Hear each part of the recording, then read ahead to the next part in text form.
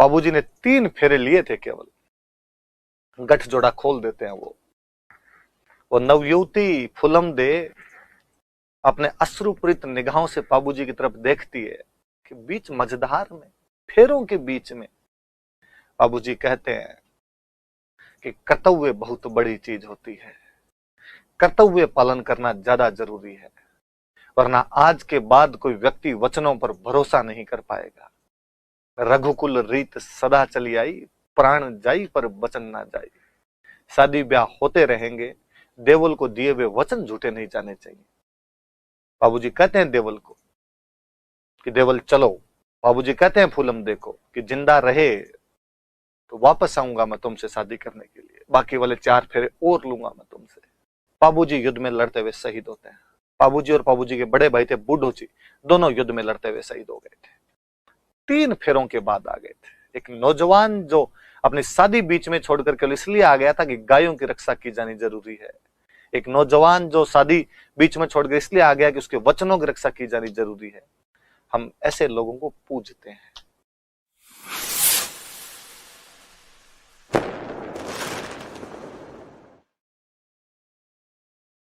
जो मारवाड़ में अपने दुहड़ जी पढ़ते हैं, राठौड़ वंश के राजा जो नागणची माता की मूर्ति लेकर आए थे, उनके छोटे भाई थे धांधल जी।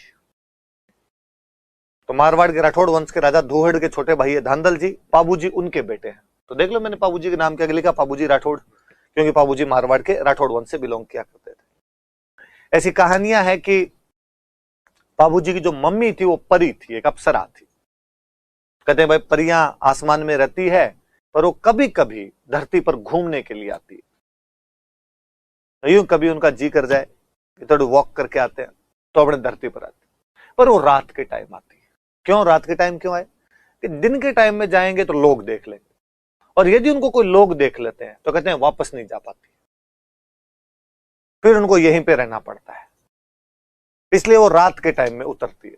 एक बार ऐसे ही कोई एक परी थी, वो रात के टाइम धरती पर उतरी, गलती से हेलीकॉप्टर गलत जगह लैंड कर गया, मारवाड़ में उतर गई। गर्मी पड़े भाई भयंकर वाली, दूर दूर तक ना बंदा ना बंदे की जात। वो एक तालाब के पास उतरी, उसे लगा यार गर्मी से बचने के लिए क्या किया जाए, तो तालाब में नहाने लग गई। धांधल जी वहां से अपना घोड़ा लेके नाइट में गुजर रहे थे, मारवाड़ में रहते थे। घोड़े को प्यास लगी, धांधल जी को पता था यहाँ पास में तालाब है। धांधल जी घोड़े को पानी पिलाने के लिए तालाब के पास ले गए, और जैसे ही धांधल जी तालाब के पास पहुंचे, क्या देखते हैं वो स्टेच्यू हो गए धांधल जी तो पूरे।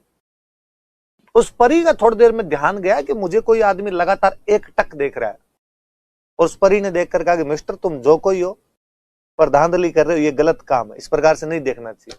धांधल जी ने कहा मेरा नाम धांधल जी है, ऐसे ऐसे घोड़ा लेके जा रहा था यहाँ से, मैं तो घोड़े को पानी पिलाने लेके आया था। पर उसने कहा पर अब मेरे चक्कर करवा दिया ना, मेरे को कोई आदमी देख लेता है तो मैं वापस नहीं जा पाऊंगी अब आसमान के अंदर। धांधल जी ने कहा कि कौन कह रहा है वापस जाना है? धांधल जी ने लगभग घुटनों के बल बैठते हुए कहा कि विल यू मैरी मी। परी के पास भी और कोई चारा नहीं था। परी धांधल जी से विवाह कर लेती है, पर अपनी 2 शर्तें रखती है। वो कहते मेरी 2 शर्त है। बताओ क्या शर्त? एक शर्त तो यह है कि मेरे लिए अलग महल बनवा के देना पड़ेगा। धांधल जी ने कहा डन। और का एक शर्त यह है कि उस महल में विदाउट मेरी परमिशन कोई एंट्री नहीं लेगा। धांधल जी ने कहा पक्का। अब भाई धांधल जी ने उसके लिए महल बनवा के दे दिए, जो भी जाता उनकी परमिशन से जाता। और कहते हैं निश्चित समय पर परी के लड़का हुआ, लड़के का नाम रखा गया बाबू। तो कहते बाबू जी बेहद हैंडसम थे, बाबू जी बहुत सुंदर थे। मम्मी पे चले गए होंगे, धांधल जी पे जाते तो फिर तो डील के डाकी टाइप के इस टाइप के होते। इधर तो मारवाड़ का आदमी कैसा होता है, पक्का रंग लिया हुआ एकदम पैदा होते, भगवान का सेक सेक के भेजा हुआ होता है। और परी के बैठते तो यूं हैंडसम थे बाबू जी, शरीर में तो रंगड़ आदमी थे। कहते हैं एक दिन धांधल जी अब भूलवश जानबूझ के बिना अपनी उस रानी से पूछे, बिना उस परी से पूछे महलों में चले गए।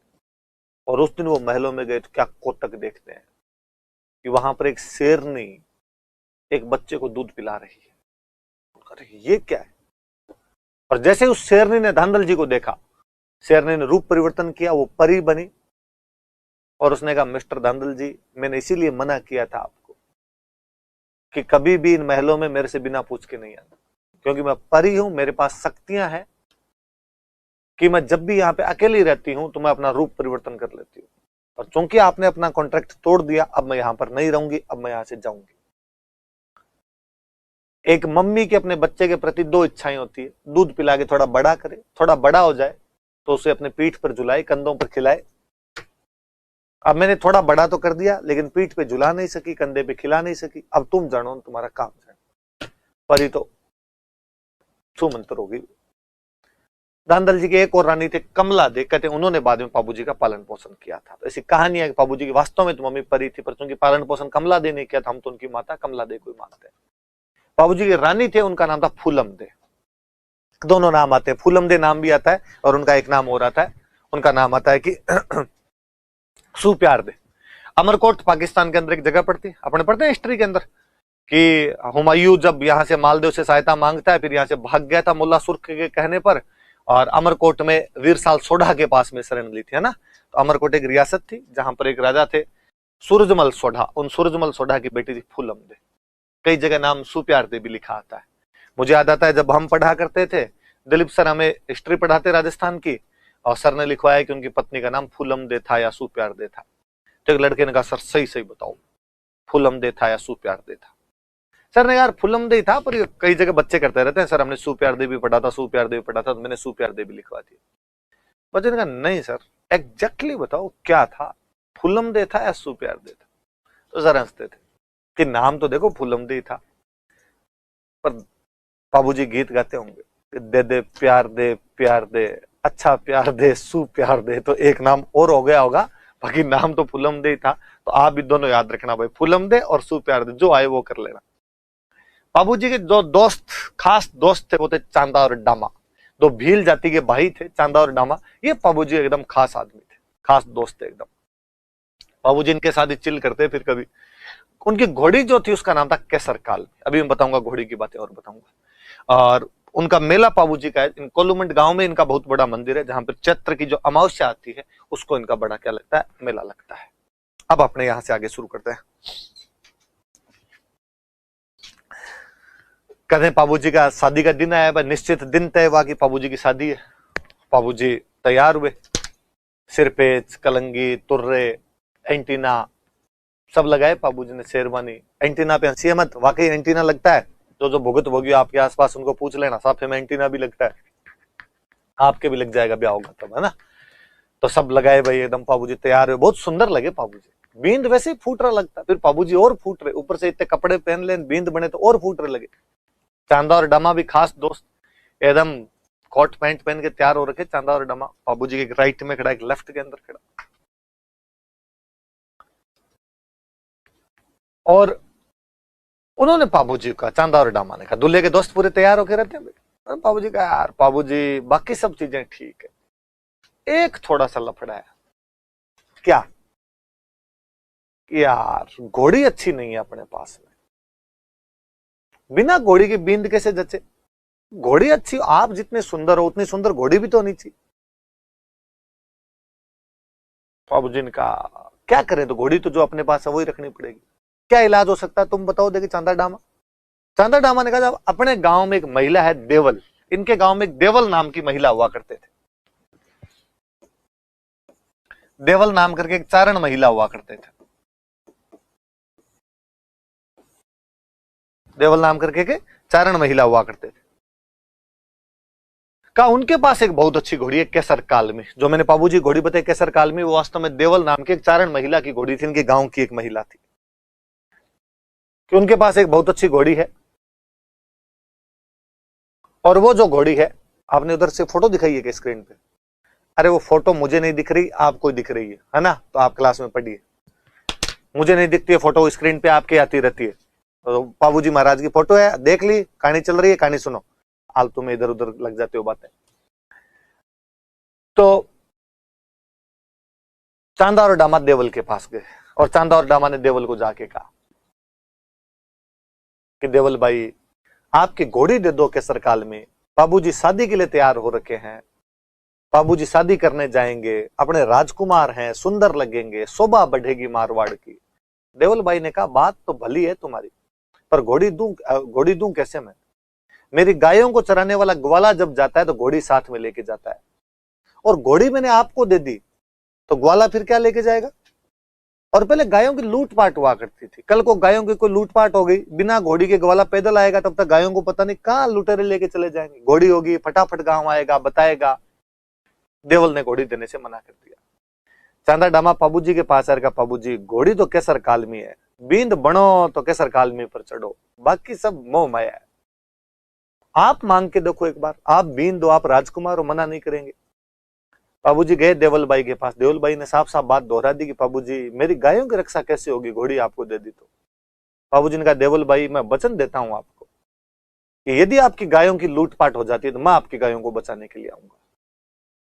उसने कहा बाबूजी क्या बात करते हो, आप जाओगे ब्याह करने, रास्ते में गोठे करते जाओगे, दिन लगेंगे कहीं जाने में, वहां जाके कई दिनों तक बारात का स्वागत होगा, बारात रुकेगी वहां पे।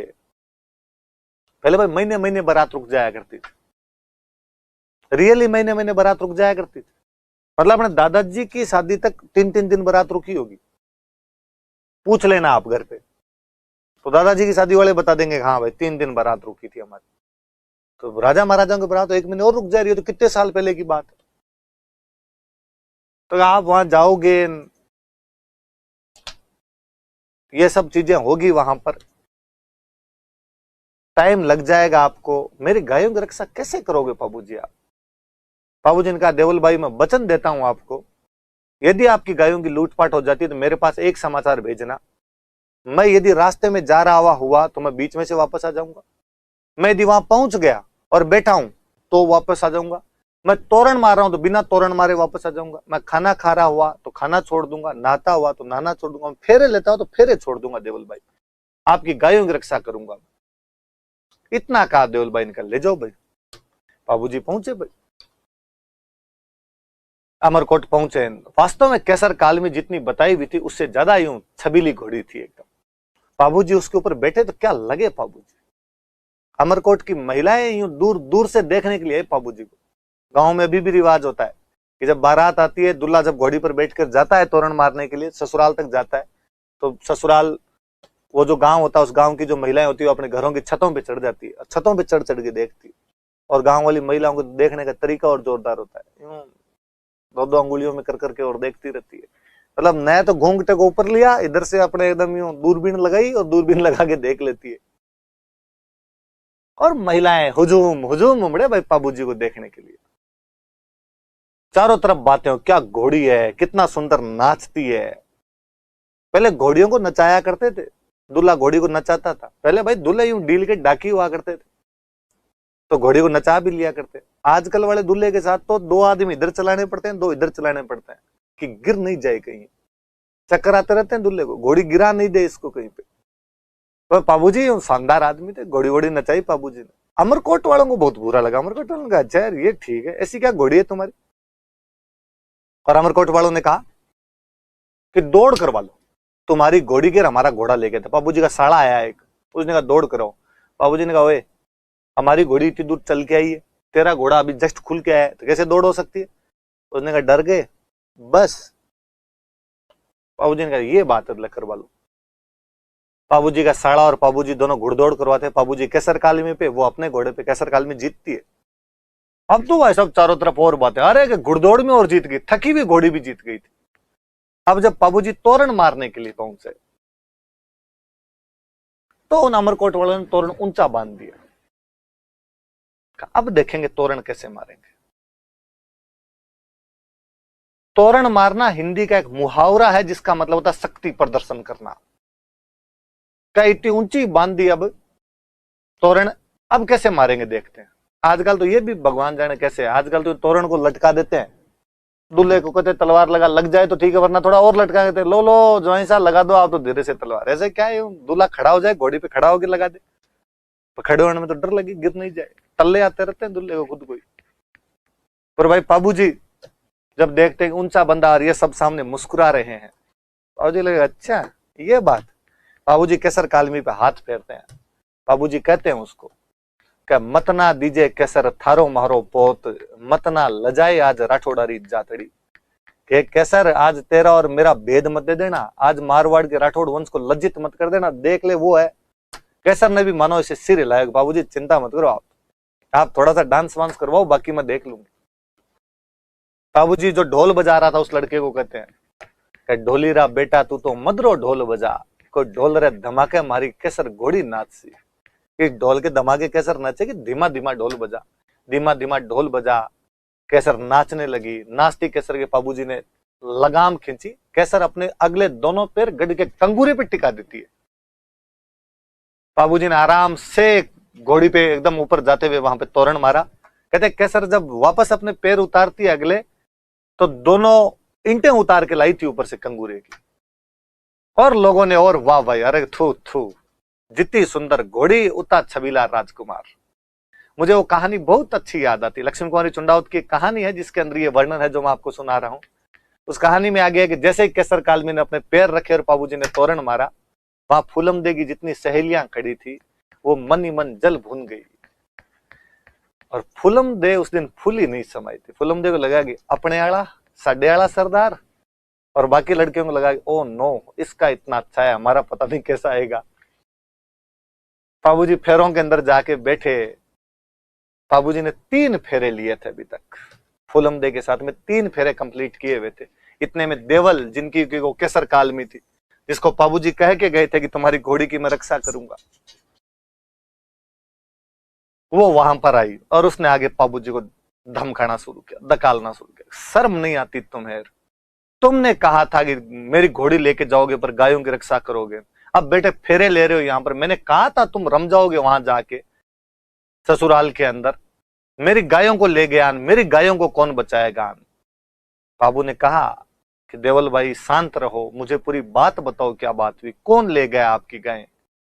कहा मेरी गायों को जींदराव खिंची ले गया। गायों कौन ले गया? जींदराव खिंची ले गया। जींदराव खिंची कौन? जायल का राजा। नागौर में जायल पड़ता है,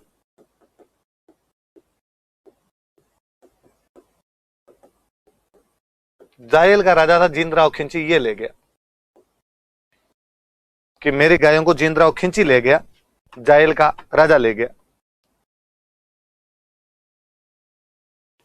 जींदराव खिंची बाबूजी के रियल बहनोई थे।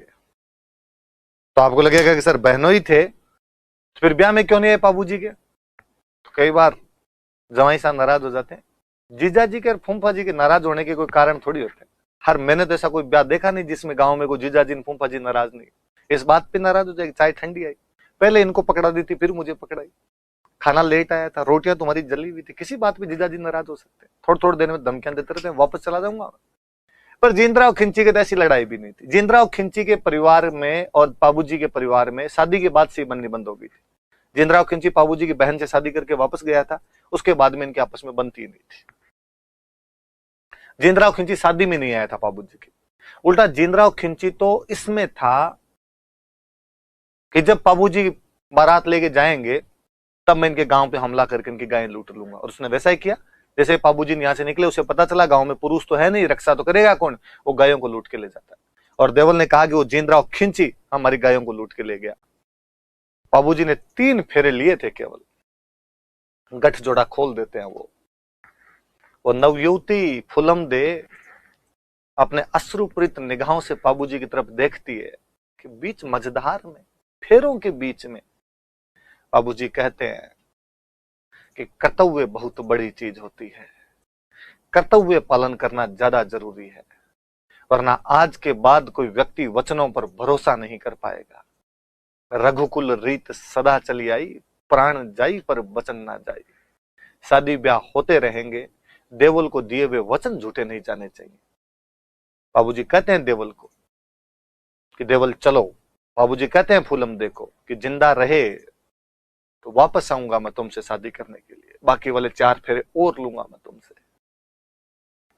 मर गए तो स्वर्गलोक में मिलेंगे। वो देवल की गायों को रक्षा करने के लिए जाते हैं, पीछा करते हैं जींदराव खिंची का। जोधपुर में एक गांव पड़ता है देचू, इस देचू गांव में वो जिंदराव खिंची से लड़ाई करते हैं, गायें बचा लेते हैं, वो गायें निकाल लेते हैं वहां से, उनके आदमी गायें लेके गांव की तरफ रवाना हो जाते हैं, कोड़ू की तरफ वापस रवाना हो जाते हैं। पाबूजी युद्ध में लड़ते हुए शहीद होते हैं।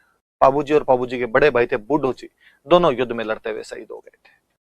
3 फेरों के बाद आ गए थे। एक नौजवान जो अपनी शादी बीच में छोड़कर केवल इसलिए आ गया था कि गायों की रक्षा की जानी जरूरी है। एक नौजवान जो शादी बीच में छोड़कर इसलिए आ गया कि उसके वचनों की रक्षा की जानी जरूरी है। हम ऐसे लोगों को पूजते हैं। आज भी हम शहीदों को खूब मानते हैं।